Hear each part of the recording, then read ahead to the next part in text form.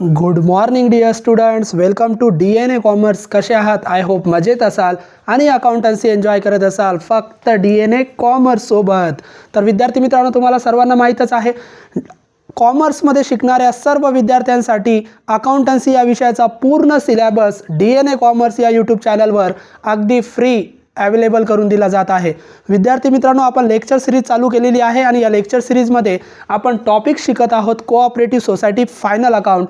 Cooperative society final अकाउंटचे भरपूर प्रॉब्लेमची practice आपण केलेली आहे आणि आजच्या लेक्चरला देखील एक नवीन प्रॉब्लेमची प्रॅक्टिस या ठिकाणी आपण करणार आहोत. प्रॉब्लेम तुम्हाला स्क्रीनवरच दिसत आहे, ज्याचं सोल्युशनसुद्धा आपण स्क्रीनवरच घेणार आहोत. व्हिडिओ शेवटपर्यंत बघा आणि समजून घ्या की प्रॉब्लेम सोडवण्याची टेक्निक काय आणि कमीत कमी वेळेमध्ये परफेक्ट प्रॉब्लेम कसा सोडवायचा.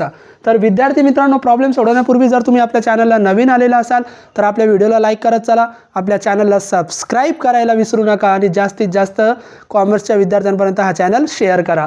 तर प्रॉब्लेममध्ये जे बनवायचं आहे रिक्वायरमेंट आपल्याला बघा, trial balance of modern education credit cooperative society. Credit society म्हणजे क्रेडिट कोऑपरेटिव्ह सोसायटीमध्ये आपण प्रॉफिट अँड लॉस अकाउंट आणि बॅलन्स शीट बनवतो. जरी नाही समजलं क्रेडिट आणि कन्झ्युमरवरून तर इथं रिक्वायरमेंट असती बघा, prepare profit and loss account आणि balance sheet. Profit and loss account आणि बॅलन्स शीट एवढंच बनवायचं आहे. तर आपण सगळ्यात अगोदर काय करणार, ॲडजस्टमेंट रीड करणार आणि ज्यांच्यावर ॲडजस्टमेंट आहे त्यांना स्टार करणार. डेबिट बॅलन्स सेपरेट आणि क्रेडिट बॅलन्स या प्रॉब्लेममध्ये सेपरेट दिलेले आहे.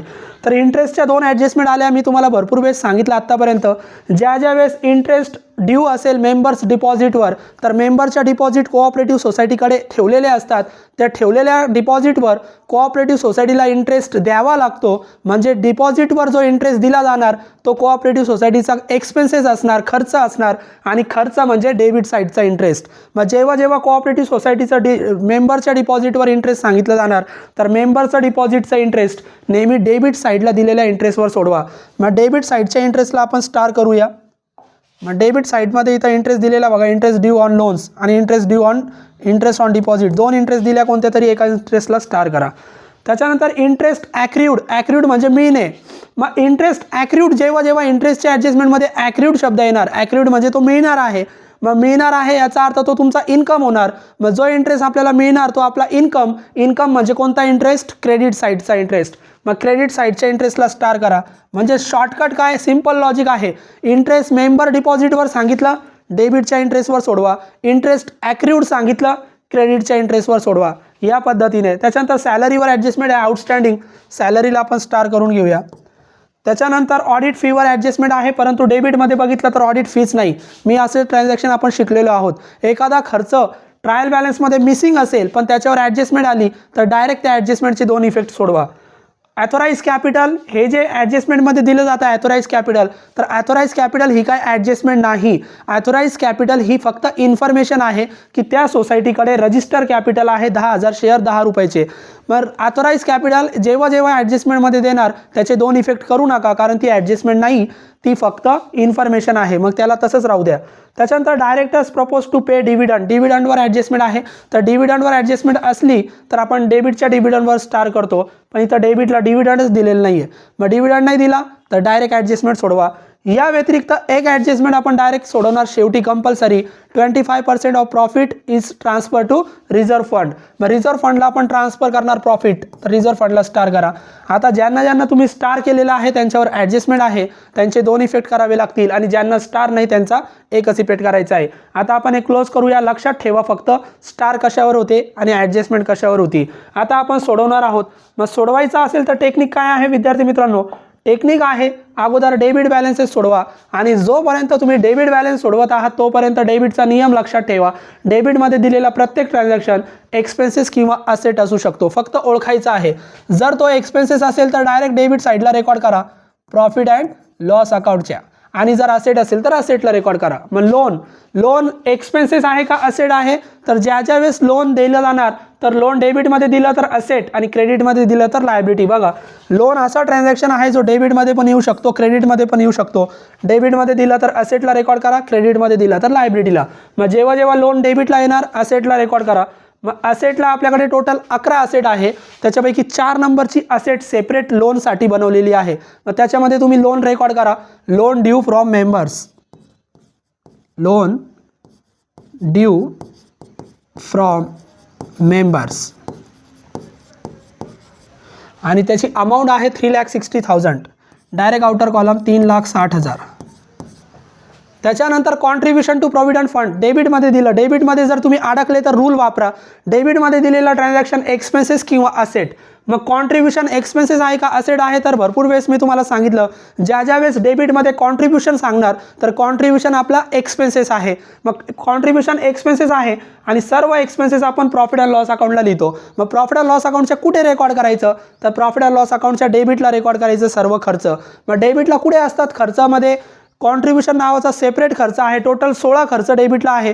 त्याच्यापैकी 4 नंबरचा खर्च कॉन्ट्रीब्युशनचा आहे बघा. मग contribution to staff provident fund त्याच्यासमोर डायरेक्ट त्याची अमाऊंट लिहून टाका 240. त्याच्यानंतर इन्शुरन्स सुद्धा खर्च आहे. सर्व खर्च आपण प्रॉफिट अँड लॉसच्या डेबिटला लिहितो. आता डेबिटला टोटल 16 खर्च आहे. त्याच्यामध्ये 15 खर्च जे पहिले आहे त्याच्यामध्ये इन्शुरन्स कुठंच येत नाही. मग एखादा खर्च पहिल्या 15मध्ये येत नसेल तर तो खर्च डायरेक्ट 16 नंबर शेवटच्या खर्चामध्ये अदर एक्सपेन्सेसमध्ये रेकॉर्ड करा. मग चला आपण अदर एक्सपेन्सेसमध्ये रेकॉर्ड करूया. मग 16 नंबर खर्चामध्ये या.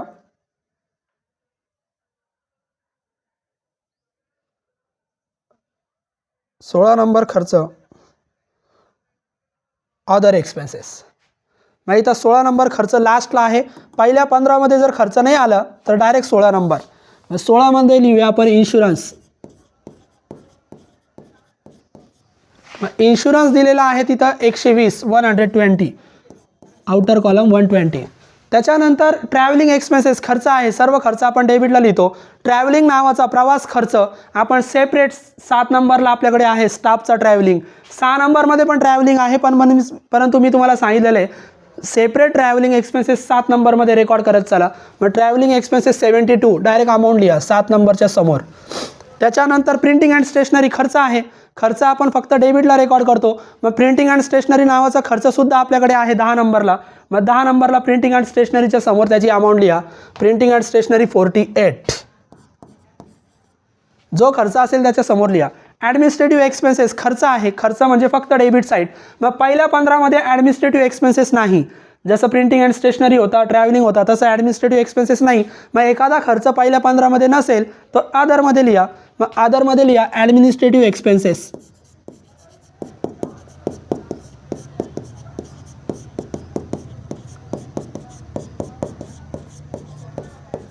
ॲडमिनिस्ट्रेटिव्ह एक्सपेन्सेस तो दिलेला आहे 600 रुपये. Direct outer column 600.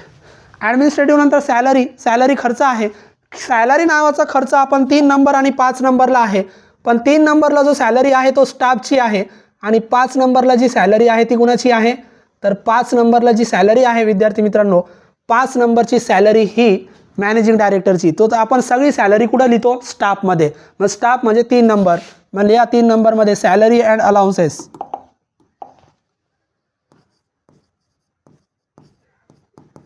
Salaries and allowances जेव्हा जेव्हा सॅलरी येणार 3 नंबर खर्चामध्ये रेकॉर्ड करा. इनरला लिहा कारण त्याच्यावर ॲडजस्टमेंट आहे 3600 आणि लगेच ॲडजस्टमेंट आपण सॉल्व करूया. 3 नंबर ॲडजस्टमेंट आउटस्टँडिंग सांगितली. आउटस्टँडिंग म्हणजे देणे. मग एखादा खर्च आउटस्टँडिंग असेल तर आउटस्टँडिंगचा पहिला इफेक्ट आउटस्टँडिंग नेहमी ॲड करायचा कारण तो द्यायचा आहे. मग आउटस्टँडिंग नेहमी ॲड करत चला. पहिल्यांदा ॲड आउटस्टँडिंग सॅलरी आणि ती आउटस्टँडिंग आपल्याला ॲडजस्टमेंट नंबर 3 बघा 60 रुपये सांगितलेली आहे. 60 रुपये ॲड करा. आउटरला येणार 3660. आता आउटस्टँडिंग ॲडजस्टमेंट आहे 2 इफेक्ट करावे लागतील. आउटस्टँडिंग पहिल्यांदा ॲड करतात आणि दुसऱ्यांदा लिहितात लायबिलिटीला कारण ती द्यायची आहे. मग टोटल 12 लायबिलिटी आहे. कुठे रेकॉर्ड करू तर 7 नंबर लायबिलिटीमध्ये नेहमी आउटस्टँडिंगचा इफेक्ट करायचा 7 नंबर करंट लायबिलिटीमध्ये. मग इकडे आपण लिहूया आउटस्टँडिंग सॅलरी आउटर कॉलम 60 रुपये 60 संपली ॲडजस्टमेंट.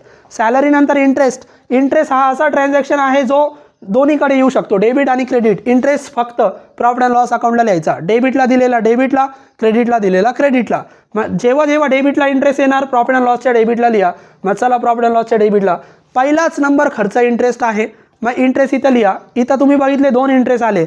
1 येऊ द्या, 2 येऊ द्या, 3 येऊ द्या. जेवढे इंटरेस्ट दिले अगोदर तेवढे लिहून घ्या. मग पहिला इंटरेस्ट दिला लोनवर. मग पहिला इंटरेस्ट लिहा इंटरेस्ट ड्यू ऑन लोन्स, आणि तो दिलेला आहे इंटरेस्ट ड्यू ऑन लोन्स 960 960. दुसरा पण इंटरेस्ट लगेच लिहून घ्या, interest on deposit, interest on deposit,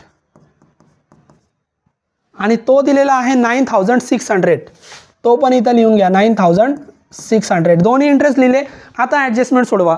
adjustment आहे मेंबर्स डिपॉझिट. मी तुम्हाला सांगितलं जेव्हा जेव्हा मेंबर्स डिपॉझिटवर इंटरेस्ट सांगणार तर तो इंटरेस्ट द्यावा लागणार, म्हणजे तो खर्च आहे, डेबिटला सोडवा.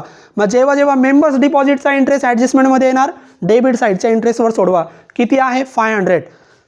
सिंपल लॉजिक आहे. इंटरेस्टची ॲडजस्टमेंटचा पहिला इफेक्ट डेबिटला करा किंवा क्रेडिटला करा. पहिला इफेक्ट नेहमी ॲड करायचा, इंटरेस्ट नेहमी ॲड करा. मग लिहा add interest due. Interest due किती ड्यू आहे 500 रुपये. 500 रुपये ॲड करा. आता फायनल टोटल आउटरला लिहा 9600 आणि हे 500, 10 100 आणि ते 11060. कॅल्सी तुम्हाला अलाउड आहे, कॅल्क्युलेटरवर करा. टोटल इंटरेस्ट किती झाला 11060. आता इंटरेस्ट पहिल्यांदा ॲड केला, दोन इफेक्ट करावे लागतील. मग दुसरा इफेक्ट लक्षात घ्या, हा इंटरेस्ट म्हणजे खर्च आहे डेबिटचा, तो द्यायचा आहे म्हणजे दुसऱ्यांदा जाणार लायबिलिटीला. मग लायबिलिटीला कुठे, लायबिलिटी नंबर 9. मग लायबिलिटी नंबर 9ला या. लायबिलिटी नंबर 9 आपण इथं आपण स्क्रीनवरती घेऊया. लायबिलिटी नंबर 9ला आपण रेकॉर्ड करूया. इथे आपल्याकडे लायबिलिटी नंबर 9 आहे बघा, interest due but not paid. Due आहे पण द्यायचा आहे आपल्याला खर्च म्हणून. मग लिहा इथं कशावर ड्यू आहे तो, मेंबर्स डिपॉझिट. लिहा इथं interest due on members deposit, आणि तो ड्यू होता 500. आउटरला लिहा 500. तर डेबिट साईडला इंटरेस्ट कसा सोडवला, डेबिट साईडला इंटरेस्ट ॲड केलं आणि दुसऱ्यांदा लायबिलिटी नंबर 9ला रेकॉर्ड केला. क्रेडिट साईडला सोडवलं तर क्रेडिटमध्ये ॲड करा आणि दुसऱ्यांदा तो मिळणार आहे म्हणून असेट नंबर 9ला रेकॉर्ड करा. जेव्हा क्रेडिटचं सोडवणार तेव्हा. तर दोन्ही इंटरेस्टचे ॲडजस्टमेंटचे इफेक्ट माहीत असले पाहिजे. डेबिटला सोडवा, क्रेडिटला सोडवा, ॲड करा. डेबिटचा इंटरेस्ट असेल तर लायबिलिटी नंबर 9ला रेकॉर्ड करा, क्रेडिटचा असेल तर असेट नंबर 9ला रेकॉर्ड करा. ही ॲडजस्टमेंट जेव्हा आपण सोडू तेव्हा ती तुम्हाला सोडवता आली पाहिजे. इंटरेस्ट झाले. फर्निचर, फर्निचर आपली असेट आहे. मग कोणती असेट आहे फर्निचर, फर्निचर आपली फिक्स असेट आहे. मग लिहा फर्निचर. त्याच्यावर काय ॲडजस्टमेंट नाही, डायरेक्ट आउटर कॉलमला लिहा फर्निचर 840. फर्निचर नंतर फिक्स डिपॉझिट. फिक्स डिपॉझिट कुठे लिहू, अडकला तर नियम वापरा. नियम काय, डेबिटमध्ये आलं ना तर डेबिटचा नियम एक्सपेन्सेस किंवा असेट. फिक्स डिपॉझिट एकतर एक्सपेन्सेस म्हणून रेकॉर्ड करा किंवा असेट म्हणून रेकॉर्ड करा. जेव्हा जेव्हा फिक्स डिपॉझिट लोन डेबिटमध्ये येणार ते फक्त असेट म्हणून रेकॉर्ड होणार. बघा इथं सांगितलं फिक्स डिपॉझिट डेबिटला आलं तर असेटला, क्रेडिटला आलं तर लायबिलिटीला. मग फिक्स डिपॉझिट जर डेबिटला आली तर असेट म्हणून रेकॉर्ड करा. चला असेटला. मग फिक्स डिपॉझिट कोणत्या असेटमध्ये लिहू, तर फिक्स डिपॉझिट आपली इन्व्हेस्टमेंट आहे, आपली गुंतवणूक आहे. 2 नंबर असेट इन्व्हेस्टमेंटमध्ये लिहायचं. 2 नंबर असेटमध्ये लिहा फिक्स डिपॉझिट. फिक्स डिपॉझिट आणि फिक्स डिपॉझिट दिलेलं आहे 18600. Direct outer column 18600. Cash, cash in hand, cash at bank. सगळ्या कॅश असेट असतात आणि कोणते असेट असतात, असेट नंबर 1. सगळ्या कॅश आपण असेट नंबर 1 मध्ये लिहितो. मग लिहा cash at bank. Cash at bank ते दिलेले आहे 1680. आणि दुसरी दिली कॅश इन हँड. मग कॅश इन हँड दिलेला आहे 84 रुपये. डेबिट बॅलन्स सगळे संपले. डेबिट संपल्यावर क्रेडिट सोडवा. आपली टेक्निक आहे, आपण डेबिट सोडवणार नंतर क्रेडिट सोडवणार. मग क्रेडिट सोडवताना क्रेडिटचा नियम वापरा. ट्रायल बॅलन्समध्ये दिलेले क्रेडिट बॅलन्सेस इन्कम किंवा लायबिलिटी असू शकतात. फक्त ओळखा, इन्कम जर वाटले तर आता डेबिट ऐवजी क्रेडिट साईडला रेकॉर्ड करा. कोणत्या अकाउंटच्या, प्रॉफिट अँड लॉस अकाउंटच्या. आणि इन्कम नसतील तर लायबिलिटीला रेकॉर्ड करा. मग शेअर कॅपिटल इन्कम आहे का लायबिलिटी आहे, लायबिलिटी आहे. मग शेअर कॅपिटल लायबिलिटीमध्ये लिहा. आता लायबिलिटीला तो कॅपिटल लिहिण्या अगोदर इथं ॲथोराइज कॅपिटल दिलेला आहे. जेव्हा जेव्हा प्रॉब्लेममध्ये ॲथोराइज कॅपिटल देणार तो ॲथोराइज कॅपिटलमध्ये लिहायचा सुरुवातीलाच. आणि मग लिहा सुरुवातीला रोमन नंबर 1 ॲथोराइज कॅपिटल.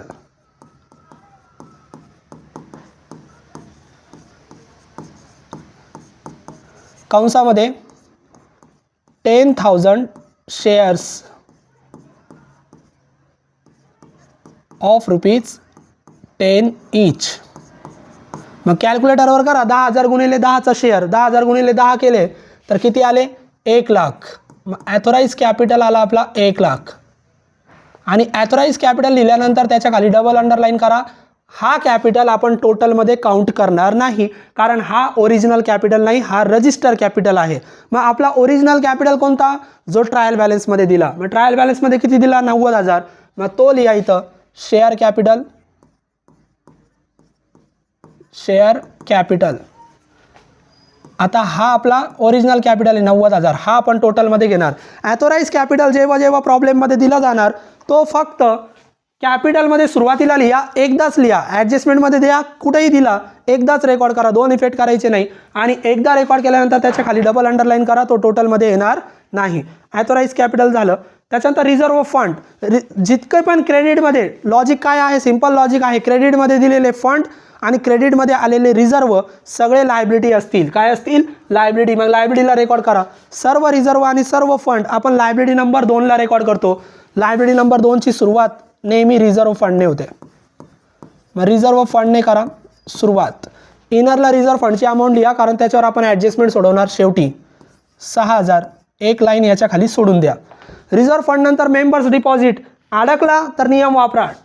क्रेडिटमध्ये दिलेलं ट्रान्झॅक्शन इन्कम किंवा लायबिलिटी. मग डिपॉझिट इन्कम आहे का लायबिलिटी आहे, तर जितक्या पण डिपॉझिट असतील क्रेडिटमध्ये त्या सगळ्या लायबिलिटी आहे. मग लायबिलिटीला रेकॉर्ड करा.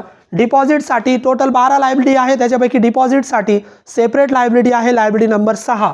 मग लायबिलिटी नंबर 6 मध्ये सगळ्या डिपॉझिट लिहायच्या. Fixed deposit, saving deposit, current deposit. तर इथं कोणती आली, मेंबर्स डिपॉझिट. मग इथे लिहा मेंबर्स डिपॉझिट्स. आणि डायरेक्ट आउटर कॉलमला लिहा 2,69,730. 2,69,730. डिपॉझिट सगळ्या लायबिलिटीमध्ये लिहा. फंड, बिल्डिंग फंड, सर्व फंड आणि सर्व रिझर्व्ह लायबिलिटी आहे लायबिलिटी नंबर 2. रिझर्व्ह फंडच्या खाली एक लाईन सोडा आणि लिहा बिल्डिंग फंड.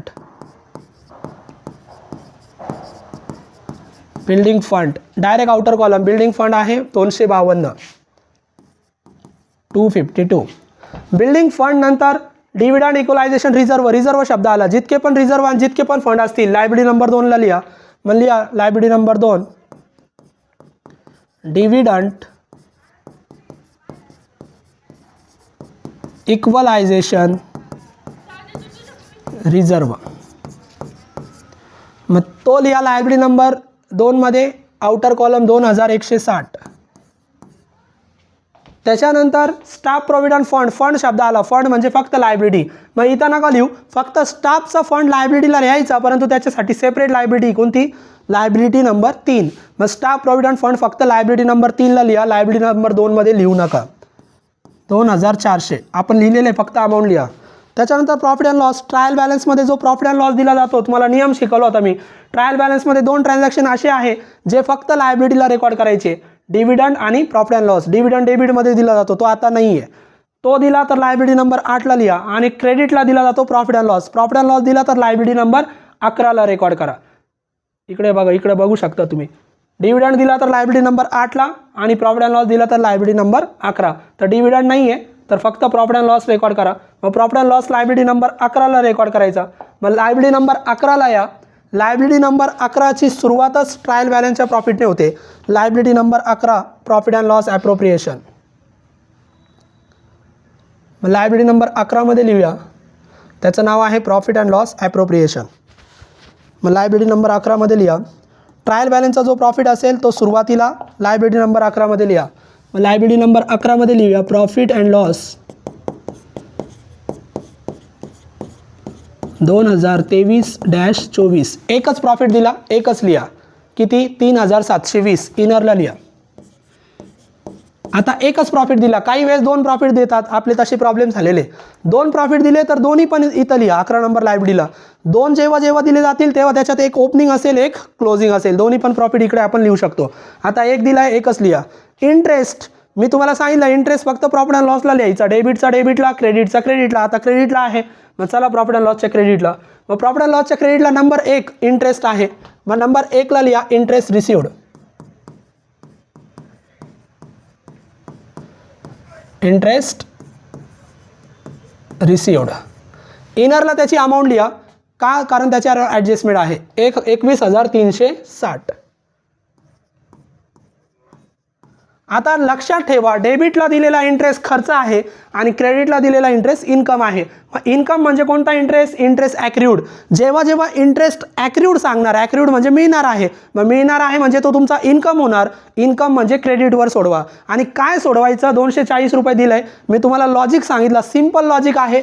इंटरेस्ट तुम्ही डेबिटला सोडवा किंवा इंटरेस्ट क्रेडिटला सोडवा, ॲडजस्टमेंटमध्ये दिलेला इंटरेस्ट पहिल्यांदा नेहमी ॲड करायचा आहे. डेबिटला असेल तर डेबिटला ॲड करा, क्रेडिटला असेल तर क्रेडिटला ॲड करा. आपण डेबिटला ॲड केला होता बघा, आता क्रेडिटला दिला तर क्रेडिटला ॲड करूया. त्याला म्हणायचं इंटरेस्ट ॲक्र्यूड. ॲडच करायचं, इंटरेस्ट ॲक्र्यूड. किती दिला तो? 240.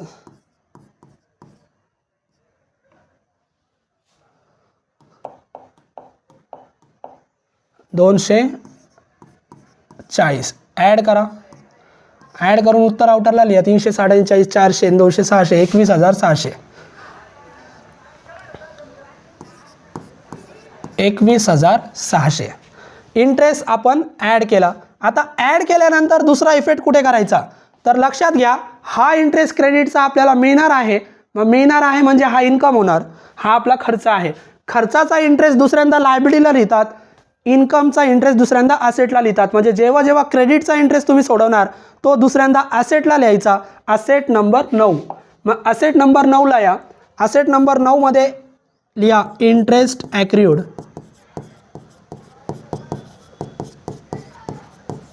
Outer column 240. संपला. डेबिटचा इंटरेस्ट ॲड करा, क्रेडिटचा इंटरेस्ट ॲड करा. दुसऱ्यांदा डेबिटचा इंटरेस्ट असेल तर लायबिलिटी नंबर 9ला, क्रेडिटचा इंटरेस्ट असेल तर ॲसेट नंबर 9. इंटरेस्टच्या ॲडजस्टमेंट सोडवता आल्या पाहिजे. त्याच्यानंतर इंटरेस्ट झालं. इंटरेस्ट नंतर रिन्युअल फी. रिन्युअल फी क्रेडिटमध्ये दिलं. क्रेडिट म्हणजे इन्कम किंवा लायबिलिटी. मग फी इन्कम आहे का लायबिलिटी आहे? तर आपल्या फीज ज्या असतील त्या इन्कम असतील. मग इन्कम आपण फक्त प्रॉफिट अँड लॉसच्या क्रेडिटला लिहितो. मग प्रॉफिट अँड लॉसच्या क्रेडिटला रिन्युअल फी नावाचा इन्कम नाही.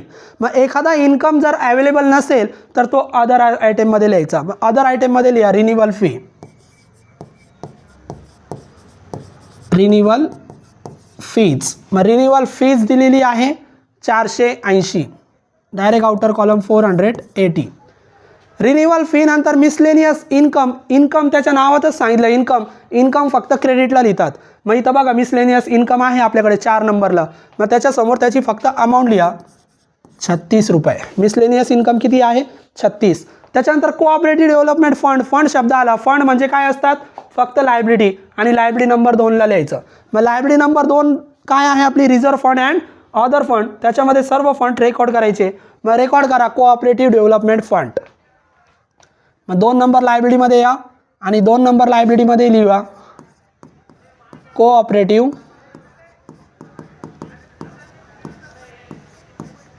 Development fund. Cooperative development fund तो दिलेला आहे 246. Direct outer column 246. त्याच्यानंतर एज्युकेशन फंड. परत फंड आलं. फंड आणि रिझर्व्ह फक्त 2 नंबर लायबिलिटीमध्ये लिहायचं. मग आपण इथे लिहूया एज्युकेशन फंड. आणि एज्युकेशन फंड दिलेला आहे 60 रुपये. मग इथे लिहूया 60. संपला ट्रायल बॅलन्स. ट्रायल बॅलन्स संपल्यानंतर ॲडजस्टमेंट चेक करा कोणत्या ॲडजस्टमेंट बाकी राहिलेल्या आहे. इंटरेस्टच्या दोन्ही ॲडजस्टमेंट झाल्या, सॅलरी झालं, ऑडिट फी बाकी आहे. ऑडिट फीवर कोणती ॲडजस्टमेंट आहे? अनपेड. अनपेड म्हणजे आउटस्टँडिंग. जेव्हा जेव्हा unpaid, due but not paid, payable हे शब्द ॲडजस्टमेंटमध्ये येतील तर त्याला म्हणायचं अनपेड. मग अनपेड त्याला म्हणणार आपण आउटस्टँडिंग. मग आउटस्टँडिंगची ॲडजस्टमेंट कशी सोडवतात? तर आउटस्टँडिंग त्या खर्चामध्ये पहिल्यांदा ॲड करतात, दुसऱ्यांदा लायबिलिटीला लिहितात. पण ॲड करण्यासाठी ऑडिट फी, ट्रायल बॅलन्स आपला पूर्ण झाला आहे, ऑडिट फी दिलेलाच नाही. मग एखाद्या ट्रान्झॅक्शनवर आउटस्टँडिंगची ॲडजस्टमेंट आली पण तो खर्च ट्रायल बॅलन्समध्ये नसेल तर ॲड करत बसू नका, डायरेक्ट 2 इफेक्ट करा. तो खर्च पहिल्यांदा सर्व खर्च कुठं लिहितो आपण? प्रॉफिट अँड लॉसच्या डेबिटला. मग पहिल्यांदा प्रॉफिट अँड लॉसच्या डेबिटला लिहा आणि आउटस्टँडिंगचा दुसरा इफेक्ट करा लायबिलिटी नंबर 7ला. मग प्रॉफिट अँड लॉसच्या डेबिटला ऑडिट फी नावाचा सेपरेट खर्च आहे आपल्याकडे 11 नंबरला. मग 11 नंबरला या आणि 11 नंबरला लिहा ऑडिट फी. 11 नंबरला आपण लिहूया. इथं 11 नंबर बघा आपल्याकडे आहे ऑडिट फी. मग ऑडिट फीमध्ये लिहा आउटस्टँडिंग ऑडिट फी. ॲड वगैरे करायचं नाही कारण तो ट्रायल बॅलन्समध्ये नाही. मग ट्रायल बॅलन्समध्ये नसेल तर डायरेक्ट 2 इफेक्ट करायचे. पहिला इफेक्ट डेबिटला लिहायचा आहे फक्त आउटस्टँडिंग ऑडिट फी. जो खर्च असेल त्याच्या खाली लिहायचा आउटस्टँडिंग ऑडिट फी. मग किती सांगितलं आउटस्टँडिंग? 360. डायरेक्ट आउटरला लिहा 360. दुसरा इफेक्ट आउटस्टँडिंगचा लायबिलिटी नंबर 7ला करतात. मग लायबिलिटी नंबर 7मध्ये या आणि लायबिलिटी नंबर 7 करंट लायबिलिटीमध्ये लिहा आउटस्टँडिंग ऑडिट फीज 360. संपलं. 2 इफेक्ट करायचे जर ट्रायल बॅलन्समध्ये नसेल तर. खर्च म्हणून डेबिटला रेकॉर्ड करा, जो खर्च असेल त्या खर्चामध्ये रेकॉर्ड करा आणि दुसऱ्यांदा लायबिलिटी नंबर 7ला रेकॉर्ड करा. ॲथोराइज कॅपिटल हा एकदाच रेकॉर्ड करतात, तो रजिस्टर कॅपिटल आहे. डिव्हिडंड सांगितलं, डायरेक्टरनी प्रपोज डिव्हिडंड अनाऊन्स केला 2%. जो डिव्हिडंड ॲडजस्टमेंटमध्ये दिला तो त्याला प्रपोज डिव्हिडंड म्हणतात. तो नेहमी तुम्हाला कॅपिटलवर चार्ज करायचा आहे. शेअर कॅपिटलवर चार्ज करा, पण शेअर कॅपिटलची अमाऊंट ॲडजस्टमेंटमध्ये दिलेली नाही. मग शेअर कॅपिटलची अमाऊंट जर ॲडजस्टमेंटमध्ये दिलेली नसेल तर डिव्हिडंड आपण चार्ज करणार, डिव्हिडंड आपण कॅल्क्युलेट करणार ट्रायल बॅलन्सच्या कॅपिटलवर. मग ट्रायल बॅलन्सचा कॅपिटल आहे 90,000, त्याच्यावर 2% कॅल्क्युलेट करा कॅल्क्युलेटरवर. मग 90,000वर 2%, 2 झिरो कट केला तर 1% आपल्याला मिळणार 900. मग 900 हा 1% आहे, आपल्याला 2% पाहिजे. 9 दुने 18, 1800. किती आला डिव्हिडंड? 1800. डिव्हिडंडची ॲडजस्टमेंट आपण 2 इफेक्ट करणार आणि दोन्ही पण इफेक्ट फक्त लायबिलिटीला करणार. दोन्ही पण इफेक्ट फक्त लायबिलिटीला करणार. कुठे? एक इफेक्ट करणार लायबिलिटी नंबर 8ला आणि दुसरा इफेक्ट करणार लायबिलिटी नंबर 11ला. मग लायबिलिटी नंबर 8ला कुठे इफेक्ट करायचा? तर याला म्हणतात प्रपोज डिव्हिडंड. तो 2% आपण काढला. इथं बघा सुरुवातीलाच लिहून ठेवलेला आहे प्रपोज डिव्हिडंड. आपण लायबिलिटी नंबर 8 नेहमी अशी लिहून ठेवतो. प्रपोज डिव्हिडंडच्या समोर त्याची अमाऊंट 90,000वर 2% काढले होते. किती आले? 1800. मग सर हे खाली काय आहे? तर हे खाली जे डिव्हिडंड पेड आहे ते ट्रायल बॅलन्सचे डिव्हिडंड असतात. या प्रॉब्लेममध्ये ट्रायल बॅलन्सचे डिव्हिडंड दिलेले नाही. डॅश परत 1800 आउटरला. संपलं. पहिला इफेक्ट झाला डिव्हिडंडचा लायबिलिटी नंबर 8ला. आता जेवढा प्रपोज डिव्हिडंड तुम्ही लायबिलिटी नंबर 8ला रेकॉर्ड केला तेवढा 11 नंबर लायबिलिटीमध्ये लेस करा. मग 11 नंबर लायबिलिटीमध्ये नेहमी आपण लेसच करणार. लेस 2% प्रपोज डिव्हिडंड.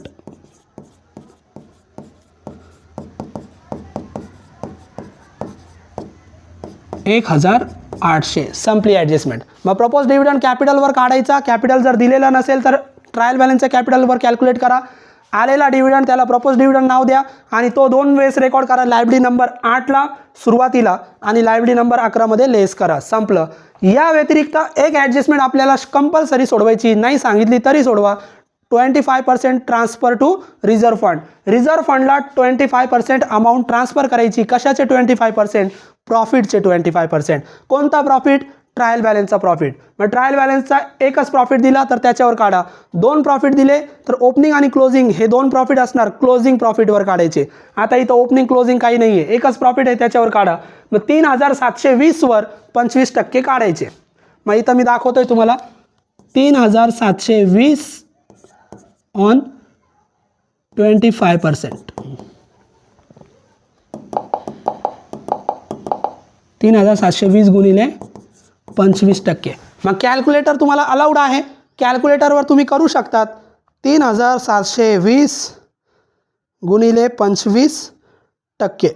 930 रुपये येतात. किती येतात? 930. मग 25% अमाऊंट आली 930. हे रिझर्व्ह फंडला ट्रान्सफर करायचे. मग रिझर्व्ह फंड कुठे असतं? लायबिलिटी नंबर 2ला. मग पहिल्यांदा याचा इफेक्ट करायचा लायबिलिटी नंबर 2ला ट्रान्सफर करायचे, म्हणजे त्याच्यात ॲड करायचे. आणि दुसऱ्यांदा पण इफेक्ट लायबिलिटीलाच करायचा लायबिलिटी नंबर 11 आणि लायबिलिटी नंबर 11चा इफेक्ट आपण कॉमन आहे लेस करायचा. मग आलेले 25% पहिल्यांदा रिझर्व्ह फंड खाली एक जागा सोडली होती, एक लाईन, तिथं ॲड करा. ॲड 25% ट्रान्सफर रिझर्व्ह फंडमध्ये ॲड करायचे. रिझर्व्ह फंडमध्ये ॲड केले. आता हा रिझर्व्ह फंड होता त्याच्यात ॲड केले आपण 25% ट्रान्सफर. मग रिझर्व्ह फंड 6000 होता, आपले किती आले? 25% 930. मग 930 ॲड करा, आउटरला येणार 6930, 6930 एवढा रिझर्व्ह फंड आला आपला. आता दुसरा इफेक्ट, रिझर्व्ह फंडमध्ये ॲड केल्यानंतर 11 नंबर लायबिलिटीला लेस करा. मग 11 नंबर लायबिलिटीला लिहा लेस 25% रिझर्व्ह फंड. किती? 930. प्रॉब्लेम संपला. रिझर्व्ह फंडची ॲडजस्टमेंट झाली म्हणजे प्रॉब्लेम संपला. हे आपण इरेज करून घेऊया. आता रिझर्व्ह फंड ट्रान्सफर केल्यानंतर तुम्ही 11 नंबर लायबिलिटीचं बॅलन्स काढायचं आहे. मग 3720 मधून 1800 वजा करा आणि अजून 930 वजा करा. शिल्लक राहिले 990. इनरलाच लिहा. शिल्लक किती राहिले? 990. इनरलाच लिहा. का इनरला लिहायचं? कारण इथं प्रॉफिट अँड लॉसचा डिफरन्स रेकॉर्ड करायचा आहे. मग आता क्लोज करा प्रॉफिट अँड लॉस अकाउंट. मग प्रॉफिट अँड लॉस अकाउंट जर बघितला तर क्रेडिट साईड जास्त आहे बघा. 21,600 आणि हे 400, 22,080 आणि हे 36, 22,116. किती येत आहे? 22,116. क्रेडिटची टोटल आली 22,116. चला क्रेडिटला.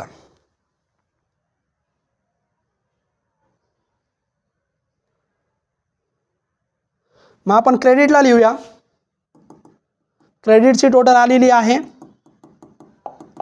क्रेडिट साईड जास्त होती, त्याची टोटल आहे 22,116. आता ती सेम टोटल डेबिटला लिहा 22,116. आता क्रेडिटची टोटल 22,116 आहे, डेबिटची नाही.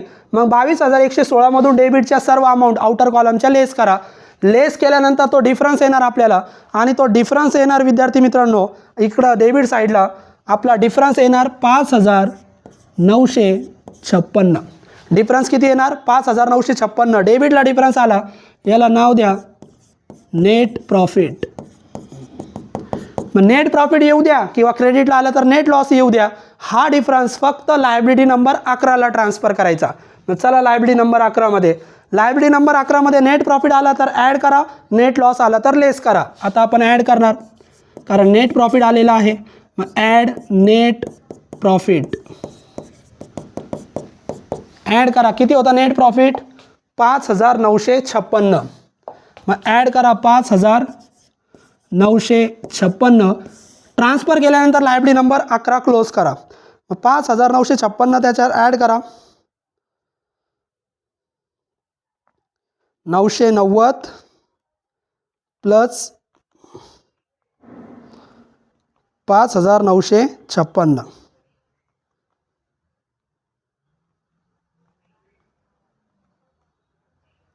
$6,946. मग टोटल लिहा 6,946. 11 नंबर लायबिलिटी क्लोज केली. आता 11 नंबर लायबिलिटीची टोटल एकदा आउटरला लिहिल्यानंतर बॅलन्स शीट क्लोज करून टाकायचा. मग बॅलन्स शीट म्हणजे लायबिलिटी साईड आणि असेट साईड तुमची टॅली करायची, ती टॅली झाली पाहिजे. आणि बघा मग बॅलन्स शीट कितीला टॅली होते आपण टॅली करूया. तुम्ही कॅल्क्युलेटर तुम्हाला अलाउड आहे, कॅल्क्युलेटरवर तुम्ही करू शकतात लायबिलिटीची टोटल आणि असेटची टोटल. मग लायबिलिटीची टोटल आणि असेटची टोटल किती येते बघायची फक्त आपल्याला.